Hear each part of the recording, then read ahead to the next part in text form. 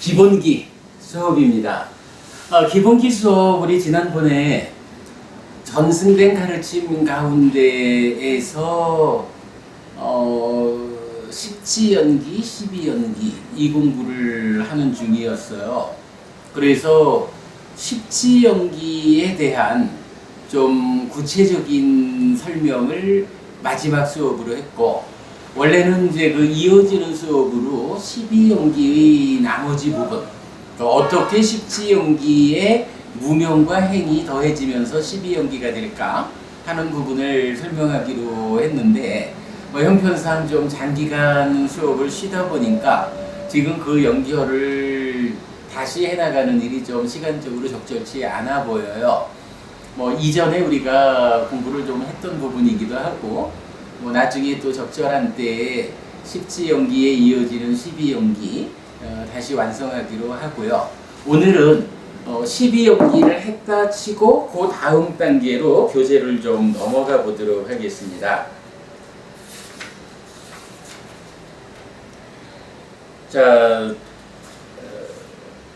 40페이지로 가겠습니다.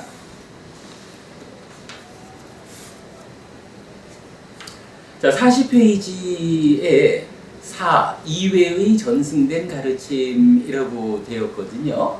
무슨 의미냐 하면, 그동안 우리가 전승된 가르침 해서 35페이지에 있지만, 여러분 이 35페이지 표 보시면 삼법인과 연기라는 것이 열애의 출현과 관계없이 존재하는 이치잖아요.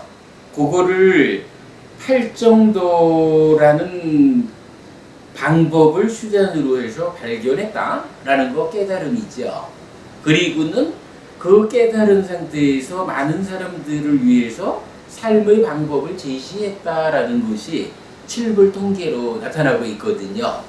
그래서 전서의 중심에는 요거 삼법인과 연기와 팔정도, 칠불통계라는 네 가지가 있다. 요걸 공부한 거거든요. 그리고 이제 요 가운데에서 이제 연기에 대한 이야기를 10지연기에서 12연기로 연결된 과정을 좀 생략하고 넘어가자 하는 거고요. 그러면 아무래도 전승의 중심에 그 네 가지가 있다라는 것은 우리가 적절하게 잘 찾아낸 것 같아요. 그런데도 이제 경전에 보면 그 네 가지 말고도 과거, 미래, 현재의 모든 부처님들에 대한 언급되는 내용들이 나타나요. 그러면 이거요. 과거 부처님도 그러하셨고, 미래의 부처님들도 그러하실 거고, 현재 부처인 나도 이러하다 라고 부처님 말씀하시는 요거는 구체적으로 그거는 과거로부터 미래까지 전승되는 가르침이다 라고 해야 맞잖아요. 전승의 중심에 있는 네 가지가 있지만 그 외에도 이렇게 과거, 미래, 현재의 모든 부처님에 대해서 설해진 이 내용도 중요한 의미를 가지는 경전이다 라는 것 때문에 이외에 전승된 가르침이라는 한 영역으로 그런 경전을 모아본 겁니다. 자, 그 내용들을 좀 보겠습니다. 4. 이외의 전승된 가르침 1. 과거, 미래, 현재의 아라한 정등각들인 그분 세존들을 설하는 경전들. 그 중에 첫 번째가 디가니카야 16번 대반열반경에 있습니다.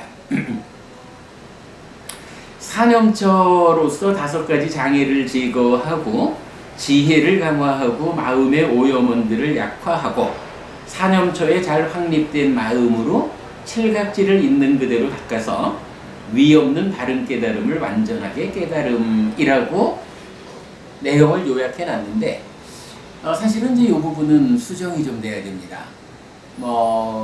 몇 주 전에 우리 부산 법회를 통해서 알아봤지만,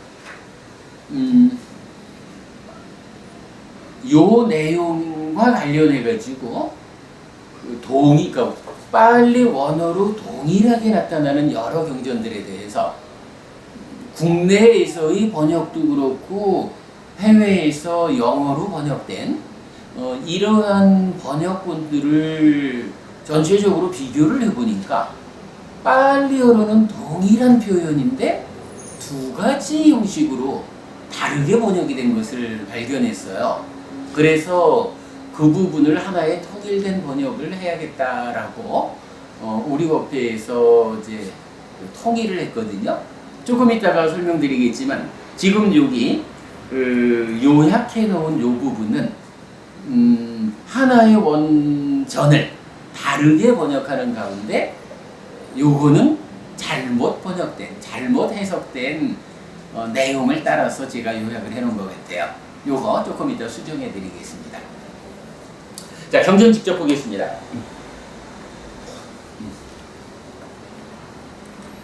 그때 사리푸타 존자가 세존께 다가갔다.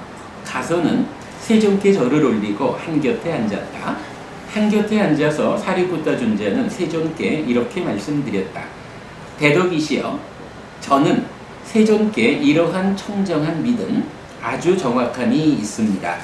바른 깨달음에 관한 한 세존을 능가하고 세존을 초월한 다른 사문이나 바라문은 이전에도 없었고 앞으로도 없을 것이며 지금도 없습니다.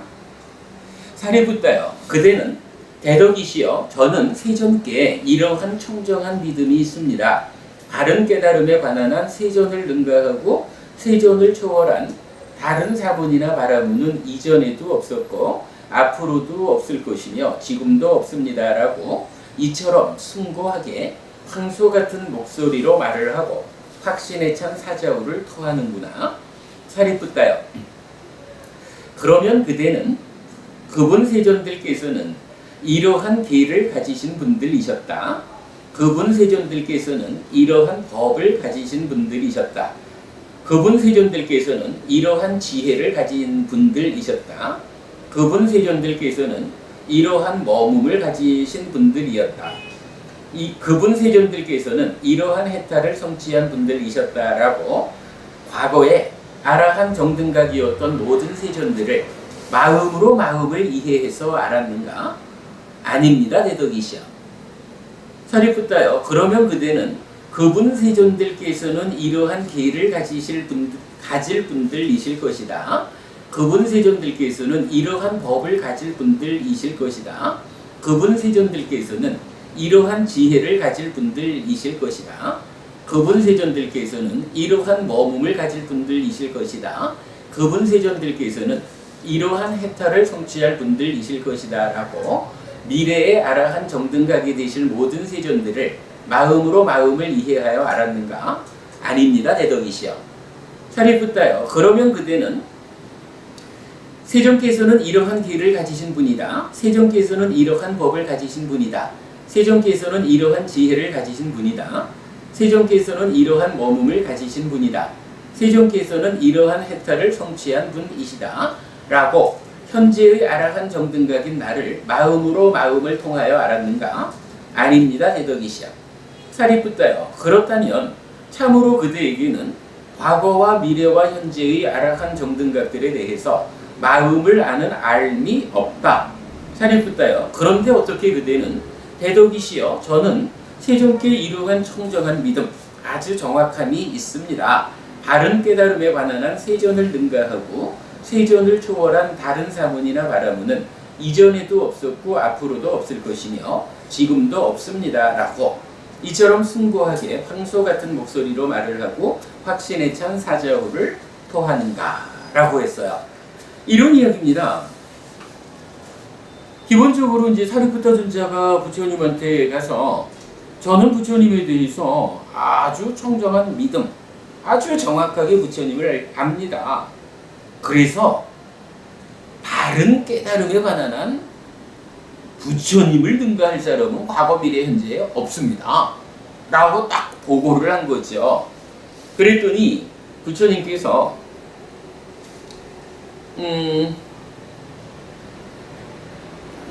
사리푸타 그대가 이렇게 숭고한 이르한 이야기, 사자후를 토했다. 그러니까 그 내용을 사자후라고 말한 거죠. 그리고는 이제 질문을 하시는 거예요. 자, 과거, 미래, 현재의 부처님들을 어떻게 표현하고 있느냐. 여기서 사실 요거 하나 보는 건 중요해요. 부처님이 누구냐라고 하니까 그분 세존들께서는 이러한 계를 가진 분이었다라고 해서 부처님은 계를 가진 분이다 이거예요.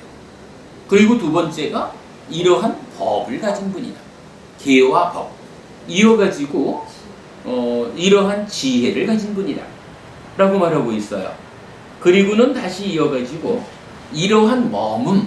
여러분 여기서 갑자기 그러니까 계와 법과 지혜라는 건 알겠는데 머문이란 건 무엇일까? 이렇게 보게 되죠. 사실은 우리 이제 특히 수행으로 가면서 수행에서는요. 사념초에서도 몸에서 몸을 이어보며 머문다라는 표현을 해요. 단순히 이어본다라고 사념초를 말하지 않아요. 이어보는 그 일을 지속한다. 이어본다라는 그 상황이 유지된다. 이런 개념으로 이제 위하라띠, 머문다라는 말을 쓰거든요. 이어가지고 삼매에 가서 어때요? 초선을 성취한다라고 말하지 않아요. 초선을 성취해서 머문다라고 말하거든요. 머문다라고 하는 말이 요 얘기는 저기 여러분 우리 부산에서 구차재정법회 한데 보면 머문경이란 경전을 통해서 그 좀 상세하게 말해지고 있어요. 예를 들어서 어떤 거냐 하면 우리 왜 저 초선이라고 하면 색계에 올라간 거잖아요. 그러니까 욕계와 관련한 까마와 관련한 모든 것들을 다 소멸하고 색계에 올라서 초선을 성취했어. 이렇게 말을 해야 되잖아요. 근데 그게 아닌 거죠. 우리가 지난번에 36개 주행랑이라는 표현을 썼지만 일단은요. 욕계와 관련한 이 것들이 나를 붙잡으려고 매달릴 때 일단은 도망가는 거예요. 36개 주행랑을 놓아가지고 욕계와 관련된 것들이 나를 붙잡는 데로부터 벗어나는 거예요. 일단은 네가 있고 없고 나는 모르겠다. 나는 무조건 도망간다. 라고 해서 욕계를 넘어선 그 자리로 도망치는 거예요. 그래가지고는 초선을 성취했다라고 하는 요게 욕계라는 것을 완전히 소멸하고 이렇게 올라가는 게 아니라 욕계라는 그것들로부터 도망쳐가지고 일단은 붙잡음으로부터 넘어선 거예요. 그리고는 그게 이제 초선을 성취한 거야. 그리고는 이때 뭐래요? 초선을 성취하여 머문다라는 표현을 써가지고 일단은 도망쳤거든요. 도망쳐가지고 그들이 붙잡지 못하는 그 자리에 턱걸이를 해서 올라선 거야. 그러면 그때부터는 도망치는 자에서 관계가 달라지는 거예요. 도망은 쳤거든, 벗어났거든. 그러면 벗어난 그 자리에 올라가지고 뒤돌아서 가지고 내가 이제 너네들한테 붙잡히지 않는 자리에 왔다. 이제는 내가 몽둥이를 휘둘러서 너희들을 소멸하겠다. 라고 초선을 성취한 그 자리, 초선을 유지하는 가운데에 초선 한 단계 아래인 욕계와 관련된 악한 법들을 소멸하는 일을 한다고요. 요 개념이 머문이라는 의미로 나타나거든요. 그래서 초선을 성취해서 머문다. 주랭랑을 져가지고 초선에 와가지고는 초선 이전의 것, 욕계와 관련된 것을 소멸한다. 이래가지고 처음에 우리가 좀 혼동스러웠죠.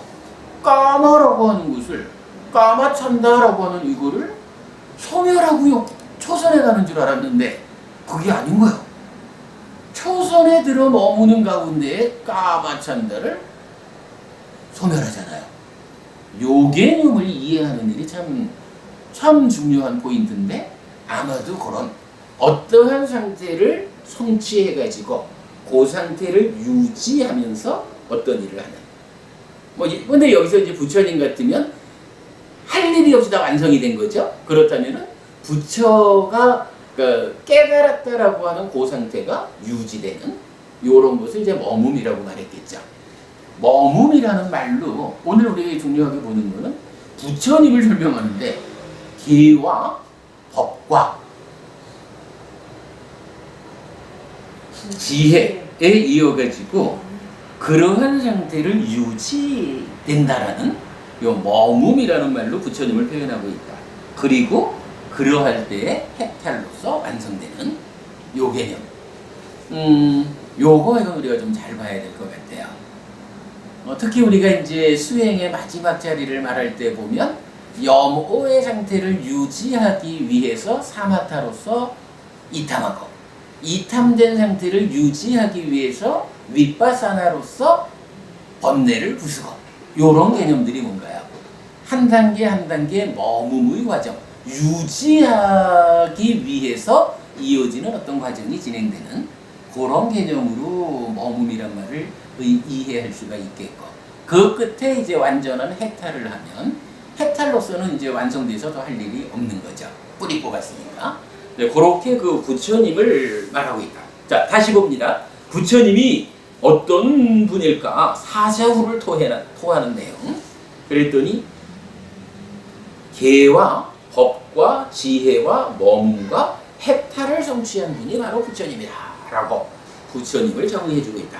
요 개념 하나 우리가 이 경전을 통해서 발견한 거예요.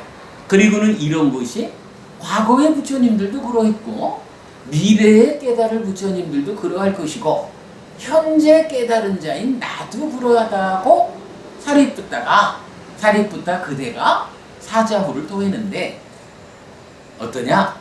사리푸타 그대가 부처님들의 마음을 그대의 마음으로 이해해서 알아가지고 하는 말이냐? 이렇게 부처님이 사리푸타한테 되묻는 거죠.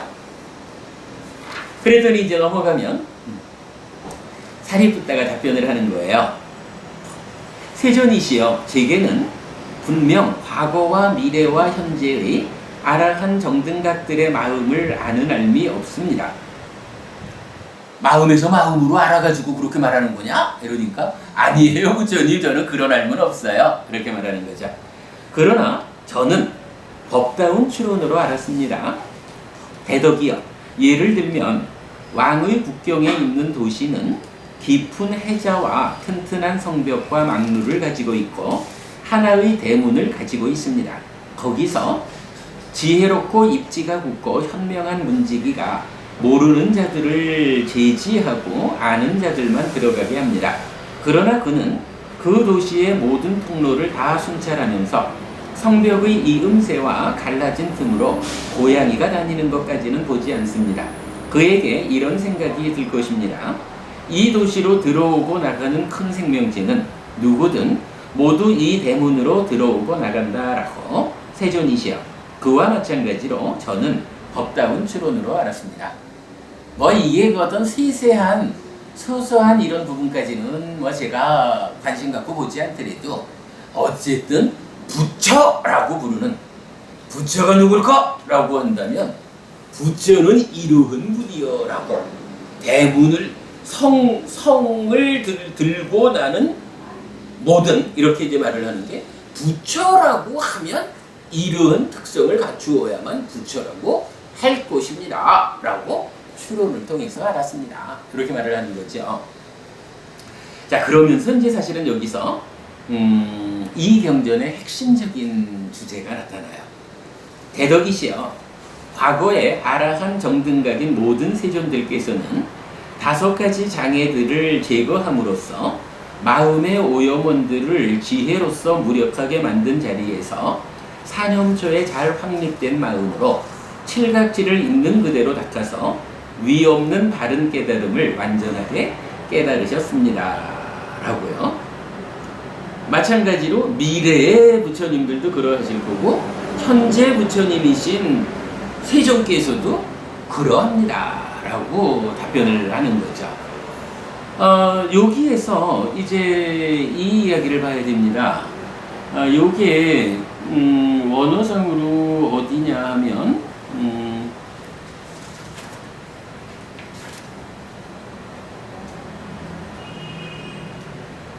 그 위에서 보면은 셋, 넷, 다섯, 여섯 번째 줄.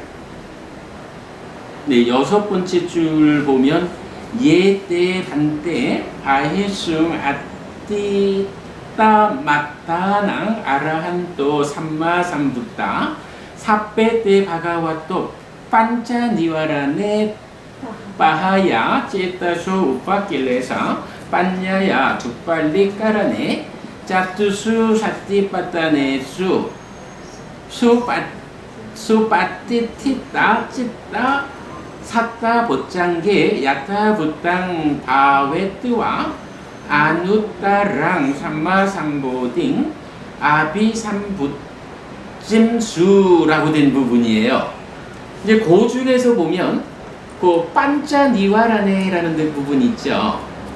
판자니와라네 바하야 찌따소 우파킬레세라고 해서 이제 쭉 그 끝까지가 나오는데, 요 부분이 제가 아까 말씀드렸지만 원어로는 요 하나의 문장을 놓고 이제 이게 국내외를 막론하고 여러 해석본 번역본들이 요거를 두 가지로 번역을 하고 있어요. 그래서 왜 이런 차이가 있을까라고 지난번 우리 부산독교에서 요걸 가지고 하루 공부를 했어요. 그래서 여기에 대한 해석을 명확히 하자라고 이제 우리가 결론을 냈는데, 요 내용은 조금 좀 잘못 번역이 되어 있어요. 요 이야기 지금부터 좀 해볼게요. 이게 지금 뭐냐 하면 부처님을 정의해주는, 앞에서는 부처님 이러면 계와 법과 지혜와 몸과 해탈 이렇게 이야기를 했는데, 이제 마음에서 마음을 보아가지고 그렇게 사자후를 토했느냐? 라고 하니까 그렇지는 않습니다. 다만 추론했습니다. 라고 하면서 이 성분을 통과하는 모든 사람들은, 이 성을 드나드는 모든 사람들은 성분을 통과하듯이 부처가 되려면 부처가 되기 위한 명확한 요건이 있습니다. 라고 한 가지 결론을, 부처를 사실은 정의지어 말해주는 그 내용이에요. 그래서 이게 해석이 잘못되면 안 되는 거예요. 이런 이야기입니다. 마침 어제 법계에서 우리가 이 내용을 조금 보았는데요.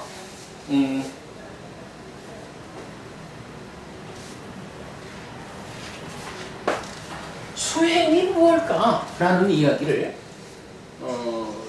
우리 이렇게 말할 수가 있어요. 수행의 중심 개념. 수행이라는 게 무엇일까라는 이야기를 정리해 볼 수가 있는데,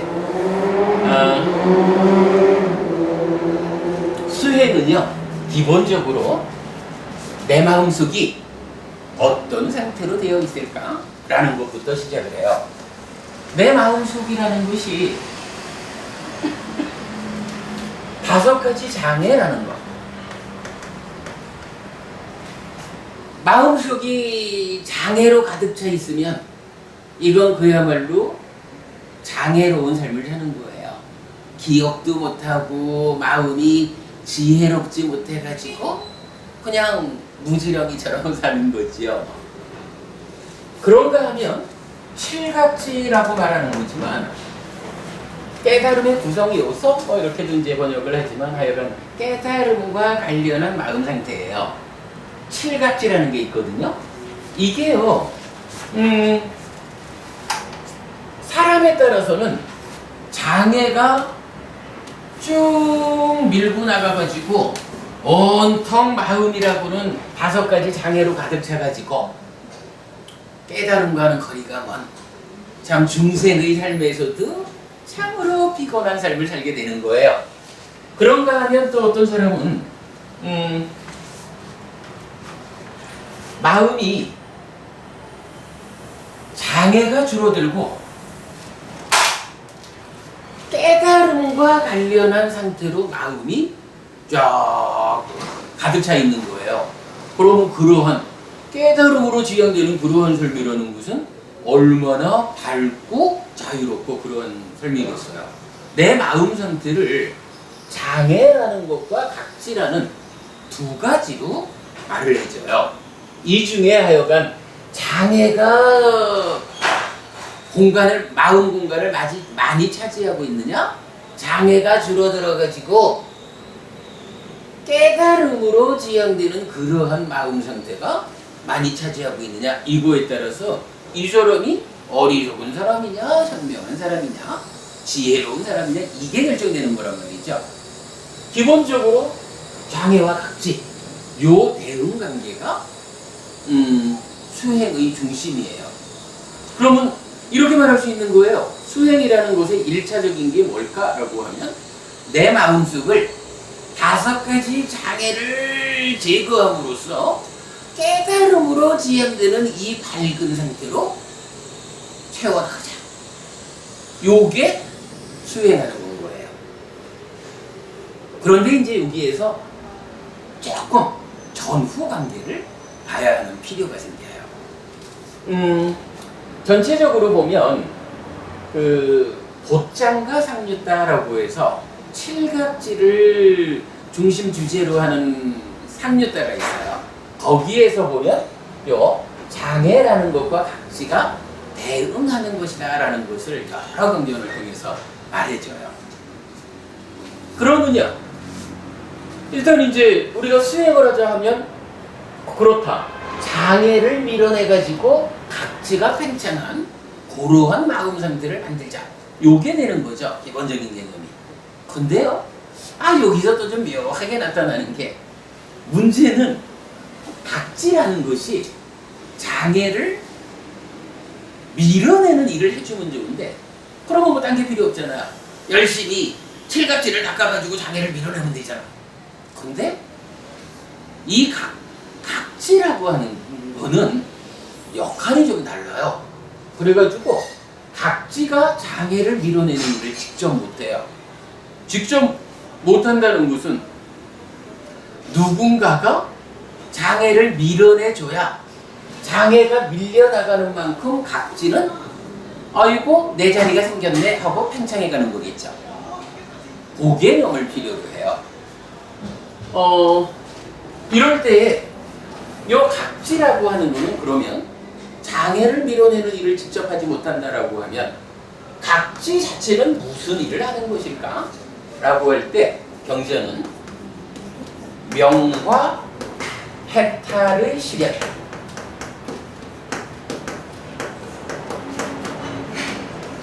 명과 해탈의 실현으로 이끈다.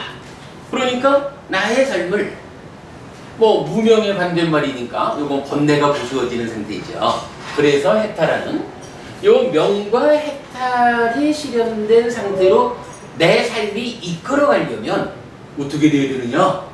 내 마음속이 5가지 장애가 제거되고 오직 출각지라고 하는 깨달음과 관련한 이런 밝은 마음 상태로 가득 차 있어야 그러한 마음 상태가 내 삶을 명과 해탈의 실현으로 이끈다. 이렇게 말을 하는 거예요.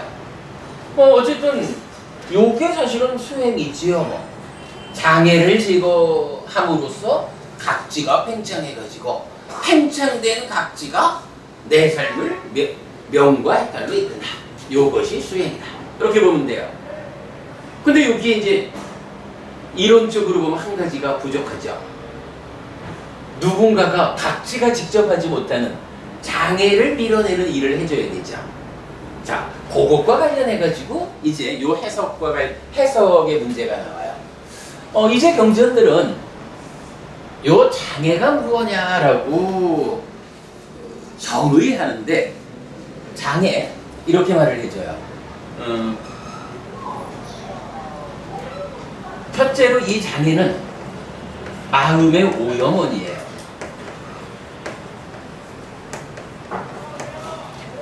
뭐 딱 맞죠? 장애라는 것이 내 마음을 많이 차지하고 있으면 어때요? 이 마음이 어리석은 상태가 되어가지고 명과 해탈이라는 이 깨달음으로 나가지 못하잖아요. 그래서 5가지 장애는 마음의 오염이다 라고 말을 해줘요. 지금 우리가 경전에서 읽어본 바에 의하면 제타스 오빠길레세 라고 말하는 그거예요. 그런데요, 요 마음의 오염원이라는 장애 따지면 몸통이 무엇일까라고 하면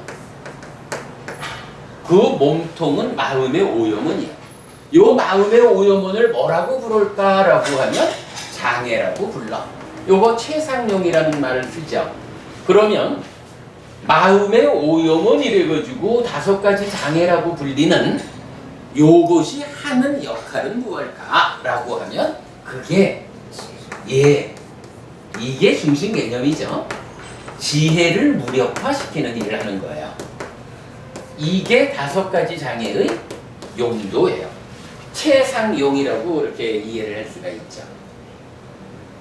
5가지 장애 딱 요렇게만 알면 돼요. 마음의 오염원이다라는 그 본질을 가지고 장애라고 부르는 거고, 이렇게 장애라고 불리는 마음의 오염원이 하는 일이 뭐냐? 지혜를 무력화시키는 것이야. 요게 정의예요.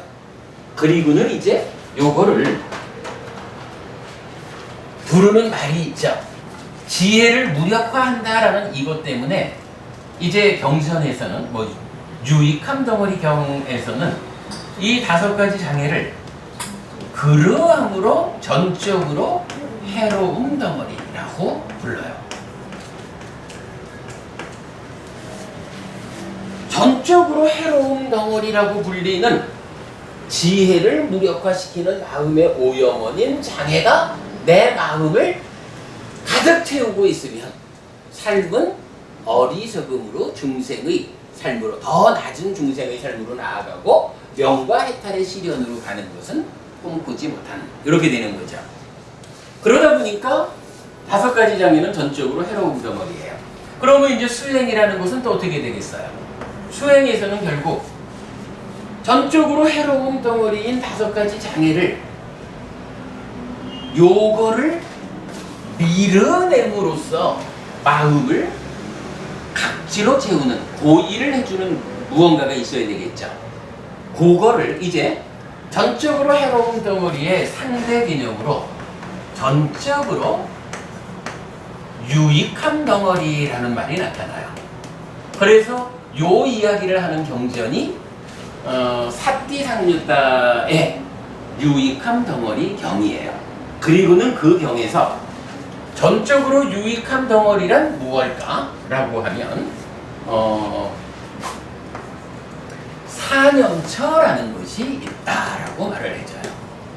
사념처, 달리 말하면 삿띠를 훈련하는 거지요. 삿띠를 강화하는 거.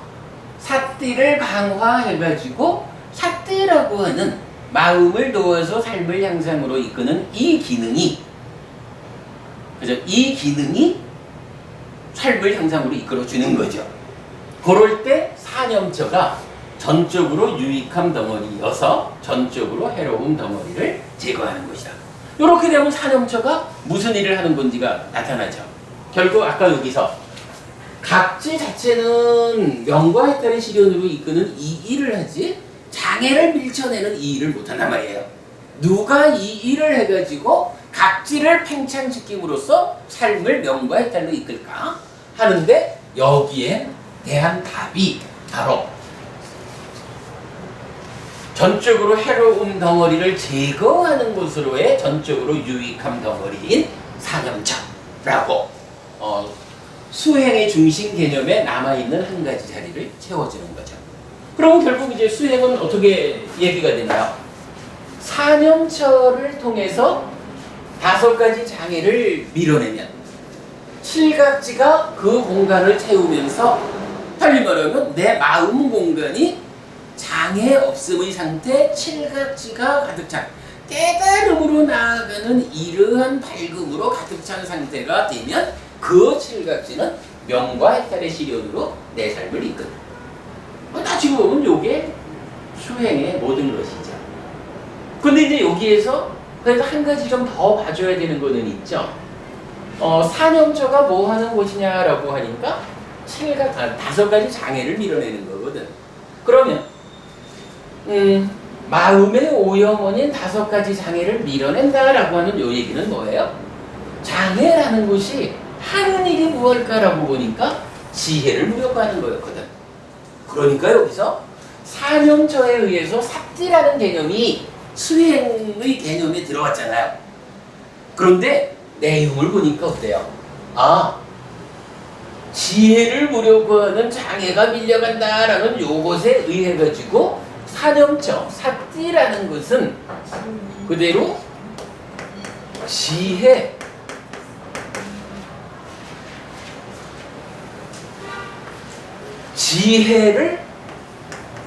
강력히 하는 것이다라는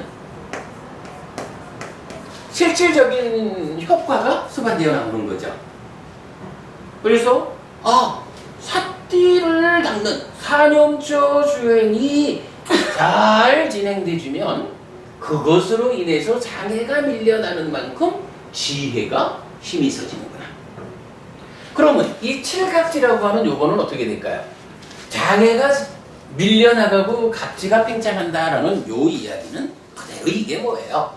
각지가 팽창하는 만큼 지혜는 강력해진 것이다. 그러면 칠각지가 내 마음 공간을 차지하고 있다라는 요 얘기는 지혜로워졌다. 지혜가 강력한 상태로 역할을 할 수 있게 된다. 라는 거죠.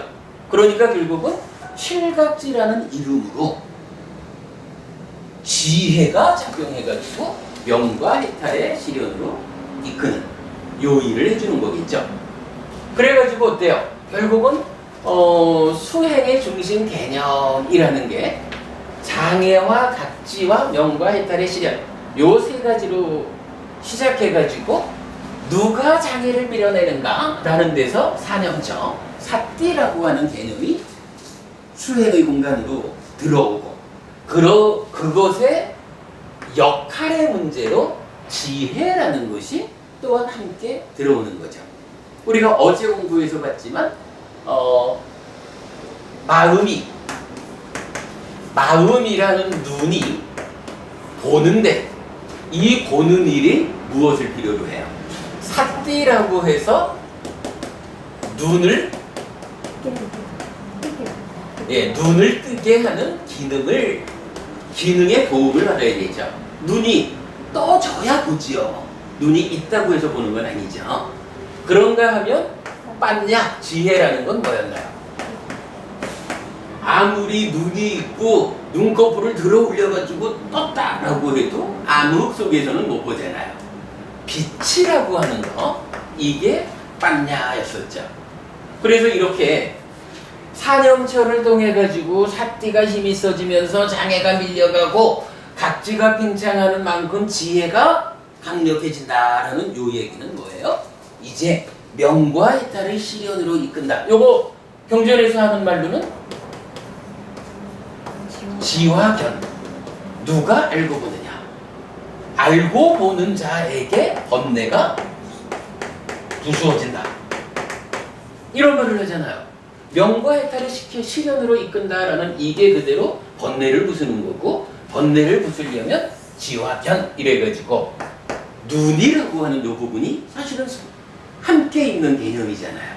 이럴 때에 눈을 뜨자라고 하는, 눈을 떠서 알고 보자라고 하는 요거를 하는데, 결국은 이렇게 마음이라는 눈, 내 마음이 장애로 가득 차 있을까?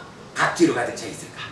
요거에다가 장애를 밀어내고 각지로 가득 채워서 보는 일을 하려니까 눈을 뜨자라는 삿띠, 불을 밝히자라는 빤냐, 요것이 함께해서 그 일을 해주는 거죠. 수행의 개념이라는 게 다 요걸로 나타났죠. 예, 요게 수행입니다. 자, 요걸 놓고는 이제 경전은 원어상으로는 지금 어떻게 말하냐 하면 반짜 니와라네 빠하야 제타소 우빠길레세 빤냐야 두팔리 까라네 이랬을 때 요게 사실은요,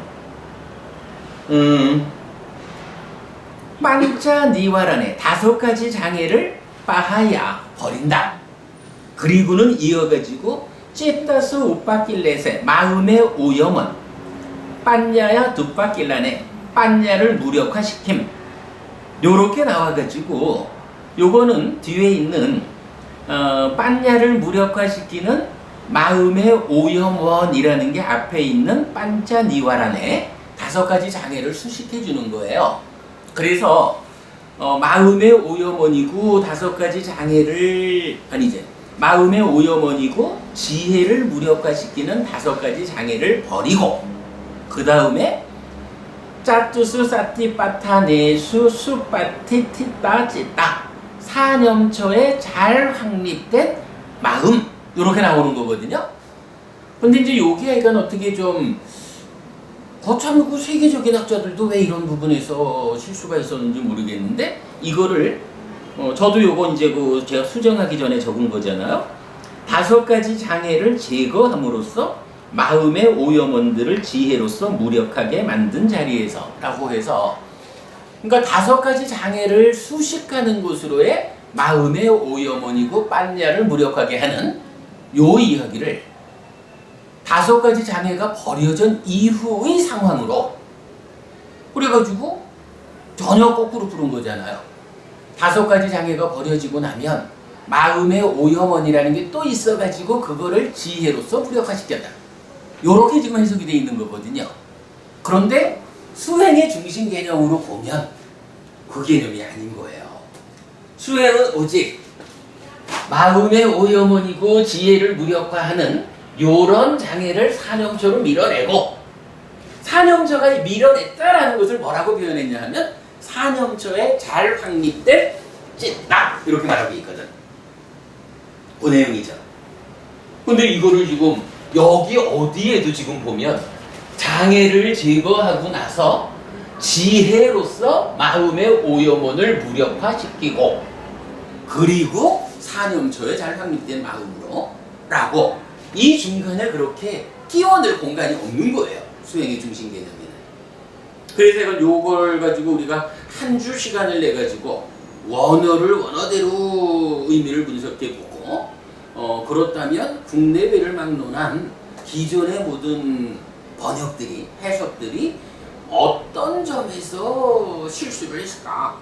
하여간 동일한 원어를 가지고 경전에 따라서 다르게 해석을 한 거야.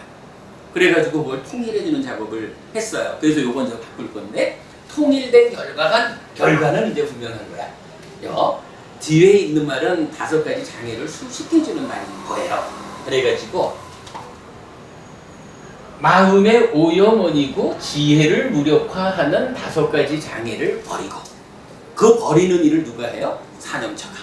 그러니까 버려졌다라는 이야기는 뭐냐 하면 사념처가 잘 확립되었어. 사띠가 잘 확립되었어. 이 얘기거든요. 그런데 그게 누구 얘기냐 하면 이 공간이 뭐예요? 장애가 밀려갔다라는 요게 마음의 공간이야. 그죠? 그러니까 사념처를 통해 가지고 어떻게 됐냐 하면 찢다라는 요 마음이 그죠? 마음이 사념처가 잘 확립됐다라는 요 표현을 통해서 장애를 밀어내고 칠갑지로 가득 채웠어. 요 얘기를 해주는 거죠. 그리고는 칠갑지를 있는 그대로 잘 닦아가지고 바른 깨달음이라는 거 명과에 따른 실현으로 같은 말이죠. 요렇게 부처님을 정의해주고 있단 말이에요. 그러니까 부처님이 누구냐라는 것을 바로 이런 수행의 중심 개념에 의해서 자 다시 한번 말하지만 마음의 오염원이고 지혜를 무력화시키는 5가지 장애를 버리고 누가 버린다고요? 사념처가 사띠가. 그래서 사념처에 의해서 장애를 버렸기 때문에 장애를 버리고 사념처에 잘 확립된 마음 이렇게 말하는 거예요. 그리고 그 이야기는 칠갑지가 마음 공간을 채워준 거야. 요 개념. 그래가지고 바른 깨달음으로 간다. 요게 수행의 중심 개념이고 요 일을 해낸 사람이 부처님. 과거의 부처님들도 그 일을 했고 미래의 부처가 되실 분들도 그걸 할 거고, 지금 우리 스승이신 부처님 당신도 그 일을 하신 분입니다. 라고 부처가 된다라고 하는, 깨달음을 얻는다, 아라한이 된다라고 하는 모든 존재들은 요거 아니고는 못 갑니다. 요게 성문을 드나드는, 그러니까 성을 드나드는 문과 같은 겁니다. 라고 말을 해주거든요. 심지어 요 동일한 이야기를 하는 경전 하나에서는 또 뭐라고까지 말을 하냐면, 부처님, 당신 제자들 중에 몇 프로나 당신처럼 아라한이 됩니까? 라고 할 때, 뭐 결론은 그래요. 뭐 부처님이 대답을 안 하니까 뭐 아난다尊자가 대신 이제 대답을 해주는 내용이 뭐냐면, 부처님은요, 나의 제자 중에 몇 퍼센트가 이런 일을, 몇 퍼센트가 아라한이 되느냐? 라는 것은 관심이 없다.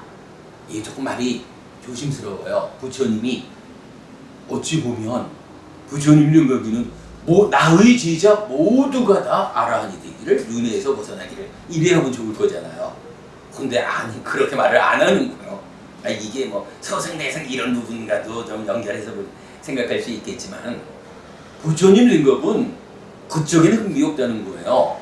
나의 제자 중에 몇 프로나 아라한이 되든 그건 상관없고, 다만 한 가지는 분명하다.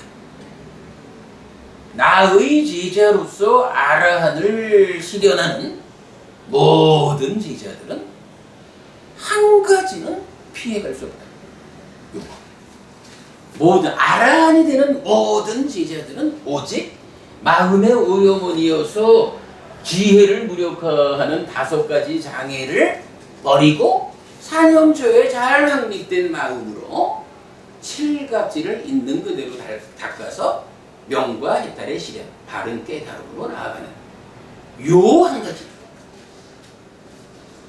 오직 그 길이 있을 뿐이다 라고 말을 해줘요. 요 얘기 무슨 얘기냐 하면, 그렇다고 부처님이 나의 제자들이 뭐 1000명에 한 사람이 아라한이 되면 어때? 나는 상관없어, 요렇게 제자들을 사랑하지 않는다는 말을 하는 건 아니에요. 다만 부처님은 중요한 것은 깨달음으로 나아가는 하나의 길이 있다. 나는 스승으로서 깨닫지 못하는 제자들을 들어 올려가지고 윤회에서 벗어나게 해주는 이런 일을 하는 사람은 아니다. 다만 어떤 방법으로 윤회에서 벗어나고 아라한을 되는, 삶을 완성하는 깨달음을 성취해서 아라한이 되는 그 길을 명확히 나는 제시해 주는 것이다. 그리고 그 길을 직접 걸어가지고 깨달음을 성취하는 것은 어쩔 수 없다. 자기의 몫이다. 이렇게 말해주는 거거든요. 부처님이 제자들을, 중생들을 사랑하지 않아서가 아니고 세상의 이치가 스스로 할 수밖에 없다라는 거예요. 다만 스승인 부처님이 할 일은 스스로 어떤 길을, 어떤 일을 할 때 깨달을 수 있는가라는 그 완전한 길을 제시해 주는 거, 요게 스승의 역할이다. 이렇게 말해주는 거거든요. 그런 지금 이제 이 경에서 과거, 미래, 현재의 모든 부처님들이 누구냐라고 하니 바로 수행의 중심 개념, 요걸로 말을 해주고 있어요. 부처님 하여간 몇 퍼센트의 제자들이 아라한이 될 건지는 그건 모른다. 그거는 몇 퍼센트의 제자들이 바른 길을 확실하게 걸어가느냐에 달려 있는 것이다. 다만 나는 바르게 노력하면 확실하게 닿을 수 있는 그 길을 제시한다 라고 하면서 이 길을 제시해 주는 거거든요. 이렇게 놓고 보면 어때요? 우리가 지금 이외의 전승된 가르침이라는 주제로 지금 이 경전을 보고 있는 거잖아요. 이 가르침이 그러게 삼법인이나 연기나 팔정도나 칠불동계 같은 전승의 중심이 되는 4가지, 요거하고 뭐 어떻게 보아야 할지 모르지만, 그러나 팔정도라고 하는 이 길을 요약해서 말해주면 요거죠. 이렇게 되니까 이러한 가르침이 참으로 과거 미래 현재 획을 줘서 모든 부처님에게 공통되는 그야말로 전승되는 가르침이다. 이 부분 우리가 분명히 알고 가야 되겠죠. 그런 필요성 때문에 우리가 지금 이외의 전승된 가르침이라는 경전들 모음을 공부하게 된 거죠. 자, 어쨌든 지금 요 이야기 수행의 중심 개념 요거 확실하게 이해되죠? 요새 우리 법배에서 참 많이 반복하는 말씀이지만 그만큼 중요한 거예요. 요 결론 따르면 우리가 할 일은 뭐가 있어요? 응? 우리가 해야 되는 일은 사실은 한 가지지 뭐 어떤 한 가지예요?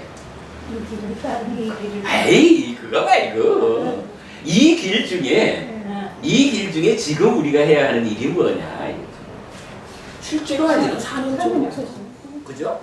사념처를 해서 장애를 밀어내는 그 일을 해나가면 지혜가 수반되어 생겨나고 그러면서 내 마음속이 장애의 탁함이 제거되면서 각지라고 하는 깨달음으로 지향되는 그 밝음의 상태, 내 마음이 눈을 뜨고 지혜의 불이 밝혀지는 그 상태가 되는 거잖아요.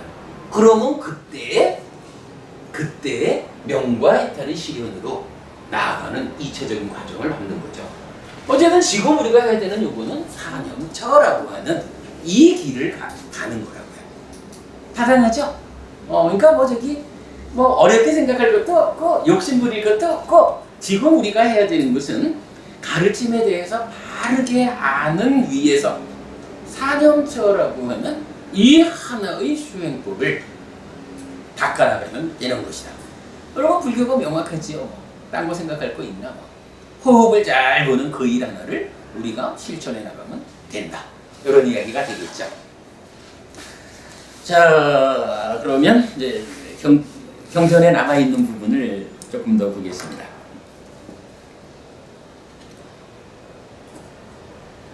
자, 지금 한 이야기의 마지막은 이래 돼 있죠. 대덕이시여 현재의 아락한 정등각인 세종께서도 5가지 장애들을 제거함으로써 요거 고쳐야 되죠. 마음의 오염원이고 지혜를 무력화하는 5가지 장애를 제거하고 사념처에 잘 확립된 마음으로 칠각지를 있는 그대로 닦아서 위없는 바른 깨달음을 완전하게 깨달으셨습니다. 스승이신 서가모니 부처님 그대가 그러셨고 과거의 모든 부처님들도 그러셨고 미래의 부처를 이룬 모든 부처님들도 그러하실 것입니다. 이렇게 결론을 낸 거죠. 별표를 하고 쓴 게 있네요. 여기까지의 내용은 디가니까야 28번 확신경과 상류타 니까야에 나오는 날란다경에서 동일하게 반복됩니다. 확신경은 이 내용에 이어서 부처님 가르침을 다양하게 제시하며 위없는 것이라고 말하고 날란다경은 이 내용에 이어 장하구나 사리푸따여 그러므로 그대는 이 법문을 자주 비구들과 비구니들과 청신사들과 청신녀들에게 설해야 한다. 사리푸따여 쓸모없는 인간들에게 열애에 대한 의심과 혼란이 생기게 되면 그들은 이 법문을 듣고 열애에 대한 의심과 혼란이 제거될 것이다 라고 했어요. 이 이야기 뭔가요?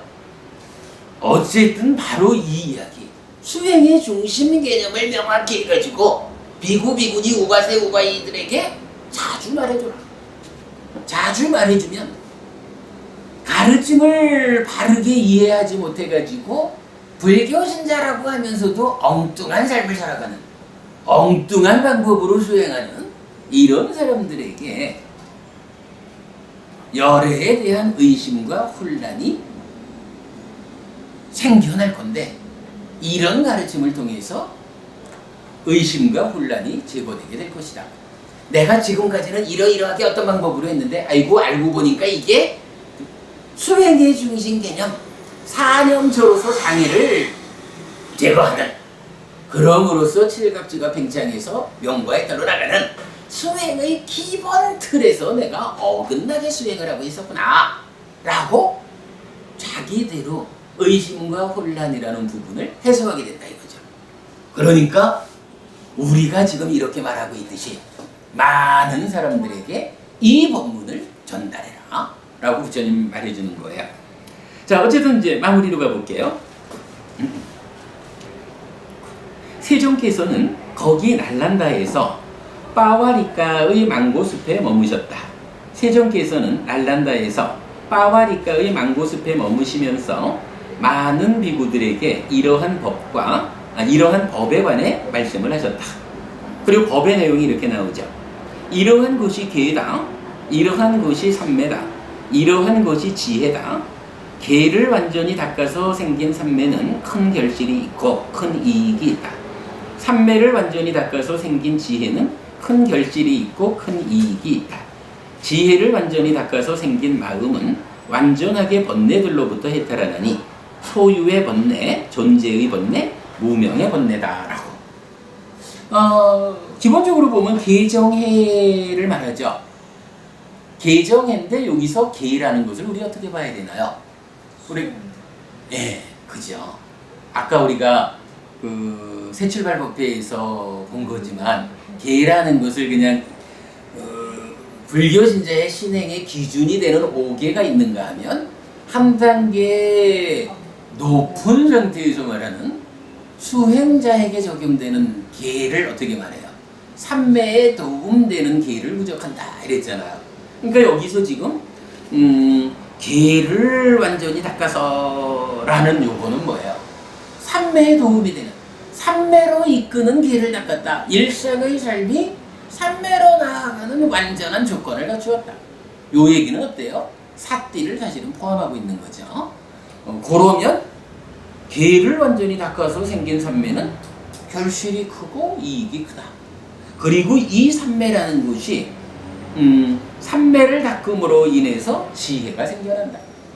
여기 삼매라는 말이 나타난 이유는 뭐죠?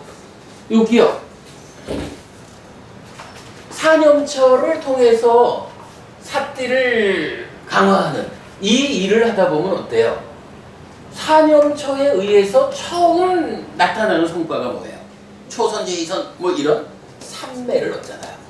그리고 이 삼매 위에서 삼매를 닦는 수행을 통해 가지고 더 나아가잖아요. 그러니까 계를 완전히 닦는다라는 이야기에는 사념처 사띠라는 말을 포함하고 있고, 그러면 사념처 수행의 1차적인 도달자리는 삼매와 그러한 상태가 더 진행되면서 삼매라는 포함된 개념에서 지혜가, 그리고 이 지혜라는 것이 이제 어떻게 나타나요? 중요한 표현은 삼매를 완전히 닦아서 생긴 지혜가 이제 이어진 거고, 지혜를 완전히 닦아서 생긴 마음, 요 얘기 뭐예요? 지혜가 강력해진 이 상태, 각지가 팽창된 이 상태, 요것이 뭐예요? 바로 내 마음이 지혜로 밝아진, 지혜에 의해서 밝아진 마음 상태, 요걸 말하잖아요. 그 개념을 뭐라고 말했냐 하면 계를 완전히 닦아서 생긴 삼매, 삼매를 완전히 닦아서 생긴 지혜, 이 지혜를 완전히 닦아서 내 마음 전체가 지혜로 가득 찬 밝아진 마음 상태가 된, 요게 지혜를 완전히 닦아서 생긴 마음. 이 마음은 어떻게 해요? 번뇌로부터 해탈한다. 이렇게 말해주는 거예요. 결국 요 과정을 다시 설명해주고 있는 거죠. 하여간 요 부분도 우리가 중요히 봐야 돼요. 계가 삼매로 연결되고 삼매가 지혜로 연결되면 이 지혜로 가득 찬, 장애가 제거되고 칠각지로 가득한 내 마음 상태, 요거 지혜를 닦아서 생겨난 마음의 상태고, 그랬을 때 이 지혜를 완전히 닦아서 생긴 이 마음이 번뇌들로부터 해탈한다 라고 말해주고 있는 거죠. 뭐 수행의 중심 개념하고 다 동일하게 지금 전체적인 하나의 틀을 제시해주고 있죠. 오늘은요, 4가지 중심된 전승된 가르침 이외에 전승된 가르침 중에서 첫 번째 대반열반경에서 말해주는 수행의 중심 개념과 관련된 이야기 알아본 것으로 하겠습니다. 자, 오늘 여기까지 하고 다음 주에 이 교재 순서대로 이어서 공부 더 하도록 하겠습니다. 오늘 여기까지 하겠습니다. 수고하셨습니다.